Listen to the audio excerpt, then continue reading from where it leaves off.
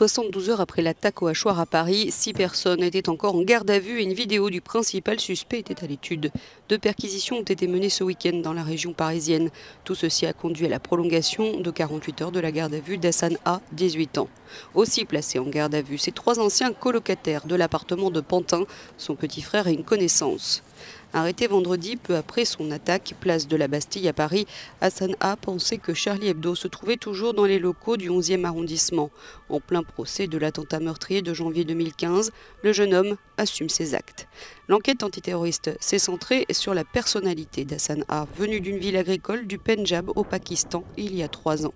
Dans sa vidéo de 2 minutes qui a circulé sur les réseaux sociaux dans le week-end, il explique son geste par les caricatures du prophète Mohammed qui ont été faites.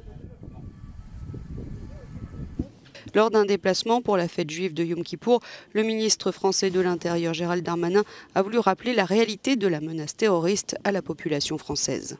On constate surtout qu'il y a eu 32 attentats déjoués, c'est-à-dire à peu près un par mois depuis 3 ans.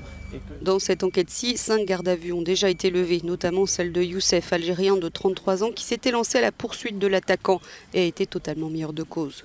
Vendredi, en fin de matinée, Hassan A s'en est pris un homme et une femme salariés de l'agence de presse Première Ligne en pause cigarette devant leur immeuble rue Nicolas Appert.